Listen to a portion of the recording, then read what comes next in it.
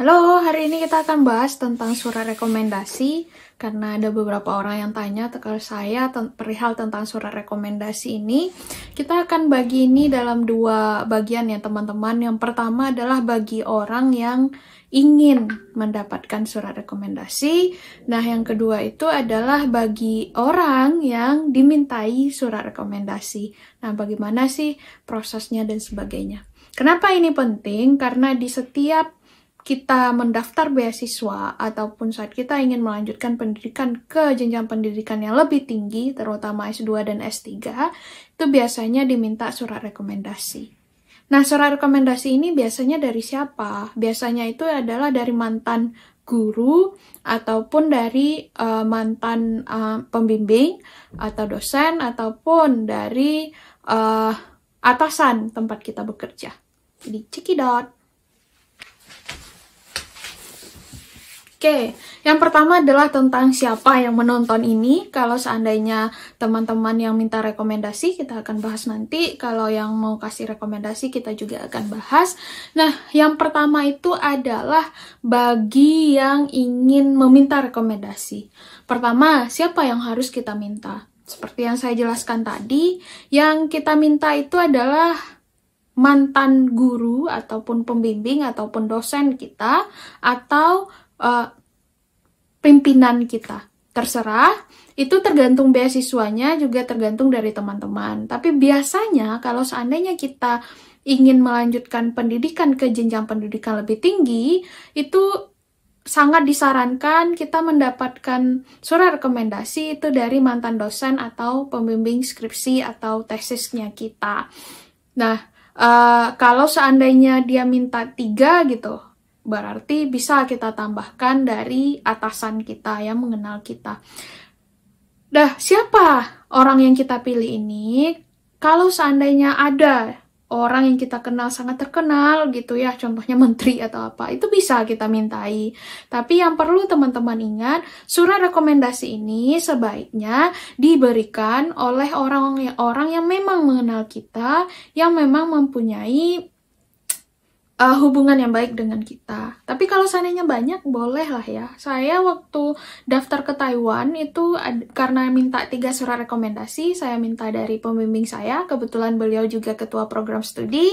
Kemudian saya minta dari Pak Dekan, kebetulan saya juga kenal beliau. Kemudian yang ketiga itu dari Pak Rektor. Saya nggak kenal beliau terlalu dekat, tapi saya minta aja karena diminta 3 waktu itu dan saya belum punya atasan selain dari dosen-dosen saya. Jadi usahakan itu adalah orang yang mengenal Anda, salah satunya. Nah, kemudian bagaimana sih cara menghubungi orang yang ingin kita mintai rekomendasi? Yang pertama itu adalah minta dulu jadwal temu ya. Teman-teman mungkin bisa via WhatsApp ataupun via email. Sampaikan alasannya. Saya ingin daftar beasiswa dan saya ingin memohon surat rekomendasi dari Bapak atau Ibu. Alasan kenapa saya pilih Bapak atau Ibu, jelaskan sedikit. Kemudian jika seandainya Bapak atau Ibu berkenan, apakah bisa saya temui kalau seandainya kita ingin menemui beliau. Tapi kalau seandainya tidak, berarti ya ngobrolnya via yang email atau WhatsApp atau apapun itu.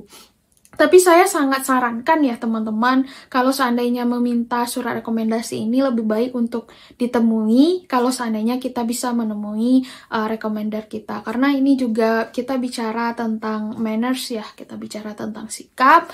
Nah, kemudian kalau seandainya teman-teman baik itu menemui secara langsung maupun teman-teman menghubungi beliau via WhatsApp atau email, maka siapkan dokumen. Dokumen apa sih yang perlu teman-teman persiapkan? Dokumen yang perlu dipersiapkan itu kayak CV-nya teman-teman, kemudian kalau seandainya ada petunjuk dari beasiswa ataupun kampusnya, lampirkan petunjuk beasiswa atau kampus itu, dan juga mungkin bisa juga dilampirkan poin-poin apa sih yang teman-teman rasa adalah poin brag gitu, brag yang teman-teman bisa banggakan gitu. Nah, untuk yang teman-teman bisa banggakan, teman-teman mungkin bisa jelaskan kepada mungkin kalau dosen ya yang kita minta, apa aja sih mata kuliah yang pernah teman-teman ambil dengan beliau, kemudian bagaimana nilainya teman-teman dengan beliau, kalau nilainya bagus itu lebih baik, kemudian apa sih kehebatan-kehebatan yang teman-teman miliki, dan gimana sih teman-teman menunjukkannya di kelas beliau, terus juga bisa tentang GPA kah, kemudian tes score-nya mungkin, IELTS-nya 9 gitu, kemudian juga tentang prestasi akademik bisa juga, pengalaman kerja, ataupun rencana masa depan. Pokoknya poin-poin yang kira-kira itu akan membuat teman-teman itu kayak menjual. Nah, itu perlu untuk disampaikan ke orang yang akan menulis surat rekomendasi. Nah, ada kasus yang dosennya ataupun pimpinannya langsung yang bikin surat rekomendasinya. Tapi ada juga beberapa orang itu yang oke, saya bersedia untuk menjadi recommender, tapi coba deh kamu bikin dulu, nanti saya akan periksa surat yang kamu bikin dan nanti akan saya tanda tangani. Nah, kalau seandainya beliau-beliau meminta hal seperti itu, maka teman-teman lakukan saja. Karena kadang itu bisa jauh lebih cepat sih, karena kita minta, terus beliau minta kita untuk bikin, kita kirim, beliau akan langsung periksa, dan kalau ada perubahan palingan beliau bawa dikit, terus beliau kirim. Sedangkan kalau seandainya beliau yang 100% bikin, bisa jadi cepat, bisa jadi lambat, itu tergantung dari waktu yang beliau miliki. Oke, nah selanjutnya kita akan bahas tentang kalau seandainya teman-teman adalah pemberi rekomendasi ataupun orang yang diminta supaya bikin rekomendasi terlebih dahulu, nanti akan diperiksa oleh dosennya.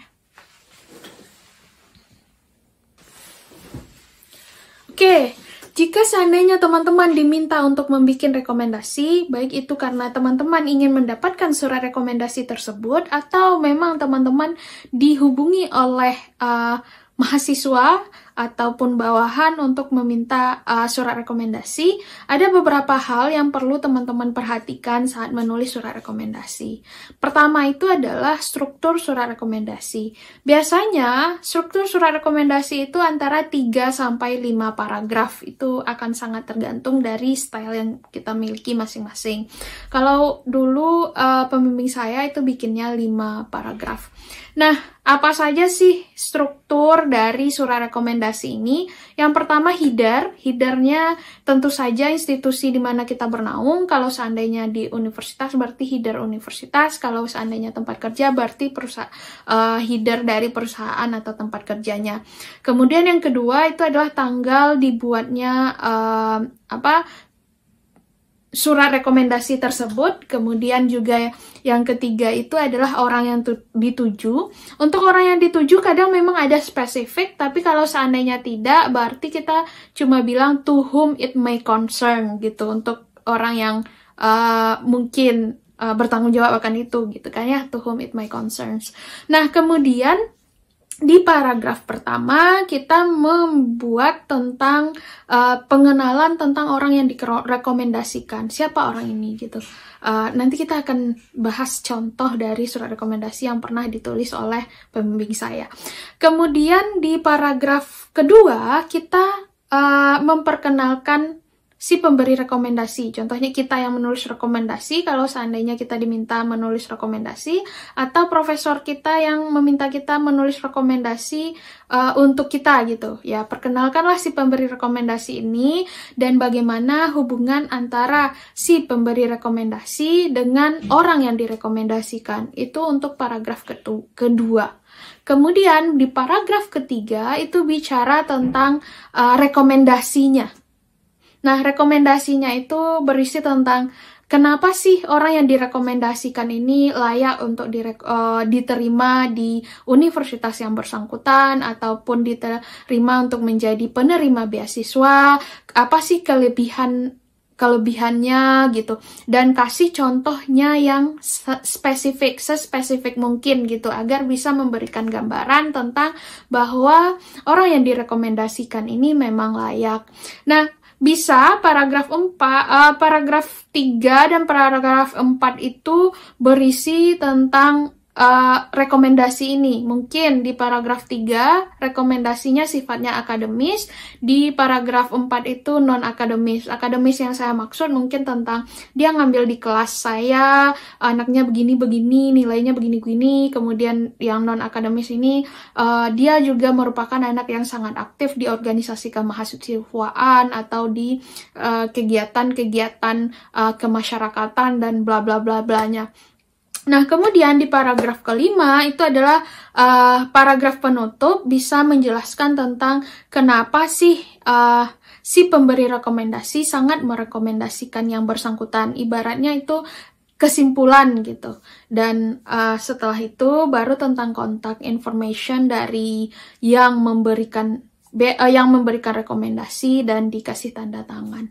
Nah, itu jadi susun menjadi 3-5 paragraf, kemudian distruktur. Saran saya, bangun strukturnya terlebih dahulu, baru setelah itu nulis ya teman-teman. Itu selalu saya katakan ketika saya menyampaikan ke teman-teman yang ingin menulis. Miliki struktur terlebih dahulu, terus bikin ide utama masing-masing paragraf, baru dibikin kalimat penunjangnya. Oke? Dan mari kita baca salah satu contoh surat rekomendasi. Ini diberikan oleh pembimbing saya ketika beliau memberikan rekomendasi untuk saya, baik itu untuk saya ikut-ikut exchange yang ingin saya daftar tapi nggak pernah kejadian, kemudian saya daftar beasiswa S2, dan sekarang saya daftar beasiswa S3. Nah, beliau selalu bikin surat rekomendasi ini mirip. Setiap kali saya akan share dengan teman-teman. Oke, kita akan baca surat rekomendasi dari pembimbing saya, Bang Iwan. Nah, beliau di bagian atas itu ngasih headers, kemudian ada tanggal pembuatan surat rekomendasi. Ini waktu itu beliau bikin di 23 April tahun 2015. Kemudian ini yang saya bilang tadi, to whom it may concern. Nah, paragraf pertama itu beliau memperkenalkan saya. Herewith, I am writing a letter of recommendation for Ardila Putri in regard to her Taiwan scholarship application. As her lecturer and thesis supervisor, I have very close understanding of Ardila's capabilities. Over the 5 years I've known her, I'm very amazed with her dedication to any endeavor she has been involved. I would rank her as one of the best students in our department in respect of her academic abilities and extracurricular curricular accomplishment. Nah, di sini kan Bang Iwan bilang, di sini saya menulis surat rekomendasi untuk Ardila Putri untuk pendaftaran beasiswa Taiwan Scholarship-nya. Jadi ini beliau memperkenalkan saya. Nah, kemudian selanjutnya beliau menjelaskan hubungan kami. As her lecturer and thesis supervisor, I have very close understanding of Ardila's capabilities. Jadi di sini beliau bilang, sebagai dosen sekaligus pembimbing skripsi, saya kenal Dila dan tahu kemampuannya. Over the 5 years I've known her, I'm very amazed with her dedication. Nah, di sini penting ya teman-teman, di beberapa beasiswa itu ada yang menginginkan si pemberi rekomendasi menjelaskan sudah berapa lama beliau mengenal kita. Nah, ini yang beliau bilang, I would rank her as one of the best student in our department. Jadi beliau memberikan penilaiannya terhadap saya gitu. Nah, kemudian paragraf kedua itu beliau bercerita bagaimana beliau bertemu saya. I first met Ardila when she took my class of international politics. Jadi dia menjelaskan tentang saya bertemu Ardila ketika dia ngambil kelas saya di politik internasional. I found her a smart, diligent, as well as critical student. Nah, ini yang saya bilang tadi itu adalah kelebihan apa sih yang dimiliki oleh yang akan direkomendasikan ini. Nah, lanjut, in classroom, she not only attentively follow the lecture, but also always critically pose question which trigger lively discussion with other members of the of the class. Nah, ini yang saya bilang tadi, ketika pemberi rekomendasi mengatakan, saya sudah kenal dia sekian lama, saya sudah saya bertemu dia di kelas ini, saya melihat dia itu punya kelebihan gitu, mau smart, mau diligent gitu, atau critical student atau apa gitu kan. Nah, setelah itu beri contoh yang spesifik. Nah, ini kan dikasih contoh spesifik sama Bang Iwan, bagaimana saya di kelas gitu. Nah, paragraf selanjutnya juga memberi contoh lebih detail, karena di sini beliau bilang, in articulating her views, she always used solid and well-structured argument.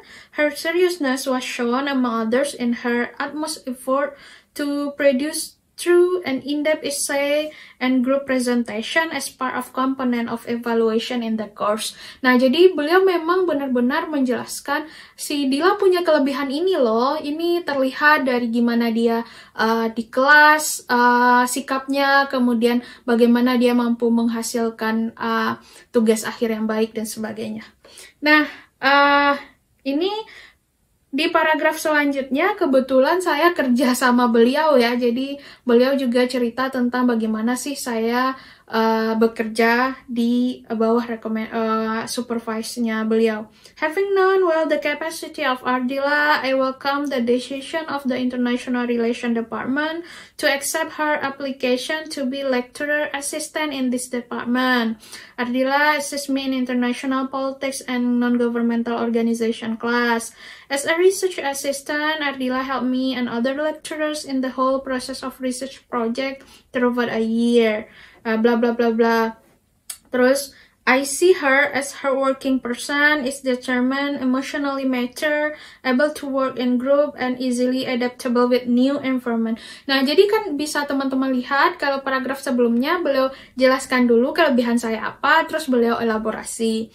Nah, di paragraf ini beliau elaborasi dulu pengalaman beliau bersama saya, kemudian di akhir beliau bilang kelebihan saya apa. Jadi ini bisa dijadikan model gitu. Nah, kemudian ini yang paragraf terakhirnya, beliau bilang, it is for this reason that I offer high recommendation for Ardila without reservation to be accepted. Ini yang saya bilang tadi, kenapa sih si pemberi rekomendasi itu sangat merekomendasikan saya. Dan I believe that her strong determination, seriousness, and potential combined with her experience during her undergraduate and working period will enable her to successfully completing the program and give her genuine contribution to our country when she returns. Nah, ini yang beliau lebih tekankan lagi gitu. Anak ini berpeluang loh, nanti dengan segala pengalamannya dia akan bisa memberikan kontribusi yang baik untuk programmu gitu ya, untuk ketika dia kuliah maupun nanti setelah dia menamatkan pendidikan. Nah, I believe that she will be one of our brightest alumni in the future. Wah. Terus, should you need further information about Ardila, please don't hesitate to contact me. Nah, ini kan ya biasalah ya kalau kita nulis di akhir surat gitu. Nah, yours sincerely, Apriwan MA. Terus ada kontak informasinya beliau, tanda tangan dan sebagainya. Nah, ini pada intinya adalah surat rekomendasi ini kan kayak ada orang lain yang menjamin bahwa orang yang direkomendasikan ini layak loh gitu. Kita sangat mengenal dekat bla bla bla bla dan sebagainya. Jadi intinya ya surat rekomendasi ini seolah-olah orang lagi menjual kita gitu. Gimana sih penjual menjual barang? Ya, dia akan menyampaikan kelebihan-kelebihan yang dimiliki oleh barang tersebut agar orang mau membeli barangnya. Nah, sama dengan surat rekomendasi ini. Baik itu untuk teman-teman yang diminta untuk menulis surat rekomendasi agar nanti pembimbing atau atasan teman-teman perbaiki dan tanda tangan, ataupun bagi teman-teman yang saat ini diminta oleh mahasiswa membuat surat rekomendasi, kira-kira begitulah contoh dari sebuah surat rekomendasi. Oke? Nah, seperti biasa, bagian terakhir itu adalah tentang tips dan trik untuk baik itu yang ingin mengajukan rekomendasi ataupun yang ingin memberikan rekomendasi. Yang pertama itu, ini terutama untuk pemberi rekomendasi ya, lakukan research. Research yang saya maksud adalah apakah terkait dengan orang yang akan kita berikan rekomendasi ataupun tentang tujuan kita memberikan rekomendasi. Apakah itu kalau untuk ke kampus berarti pahami kampusnya, kalau seandainya itu adalah untuk beasiswa, pahami beasiswanya. Kemudian yang kedua, spesifik mungkin, karena tadi yang saya katakan ketika kita menjelaskan hubungan kita dengan si yang ingin kita rekomendasikan, jelaskan secara detail, kita udah kenal berapa lama, dia siapa gitu, dan apa kelebihannya, dikasih contoh yang spesifik tentang kelebihan tersebut, dan sifatnya itu personal gitu, tailor-made. Bagaimana orang merasakan, oh ya, dia punya hubungan yang dekat dengan baik si pemberi rekomendasi maupun dengan orang yang direkomendasikan ini. Dan bangun itu dalam kalimat yang positif dan hindari passive voice. Kemudian tetap bangun dalam bentuk yang formal. Sebisa mungkin, seformal mungkin, karena ini surat rekomendasi sifatnya formal. Dan kalau seandainya teman-teman nggak bisa memberikan rekomendasi yang bagus gitu, sebaiknya tolak. Jangan sampai kita nerima tapi kasih rekomendasi yang tidak bagus, itu nggak baik. Lebih baik dari awal katakan saja kalau seandainya nggak bisa beri rekomendasi. Dan yang terakhir, ikuti instruksinya, karena beberapa beasiswa ataupun kampus dia mempunyai gaya surat rekomendasi yang kadang berbeda-beda. Jadi pahami itu, apakah dia ada formulir yang sudah ditentukan atau kita bebas bikinnya dengan cara kita. Jadi perhatikan kembali. Oke, itu saja untuk surat rekomendasi. Bagi teman-teman yang ingin mendapatkan surat rekomendasi dari rekomendernya, good luck. Semoga semuanya berjalan dengan baik. Kalau seandainya teman-teman diminta oleh mahasiswanya atau bawahannya memberi rekomendasi, berikanlah rekomendasi sebaik mungkin, karena ini juga berkaitan dengan bagaimana kita berkontribusi untuk masa depan orang lain. Dan di kesempatan kali ini saya ingin juga menyampaikan terima kasih untuk orang-orang yang selama ini telah memberikan surat rekomendasi untuk saya, untuk dosen-dosen saya, almarhum Pak Yopi, Bu Rani, Bang Iwan yang udah sekitaran berapa 10 tahun ini ya, sudah selalu menulis surat rekomendasi untuk saya, kemudian juga untuk bos saya, untuk Mas Indra dan sebagainya. Terima kasih telah selalu memberikan surat rekomendasi untuk saya. Dan untuk mahasiswa-mahasiswa saya sangat welcome untuk memberikan surat rekomendasi, tentu saja dengan catatan bahwa Anda adalah orang yang sangat baik yang bisa saya rekomendasikan. Oke, terima kasih. Selamat berjuang untuk yang lagi berjuang, dan sampai ketemu di konten berikutnya. Bye-bye.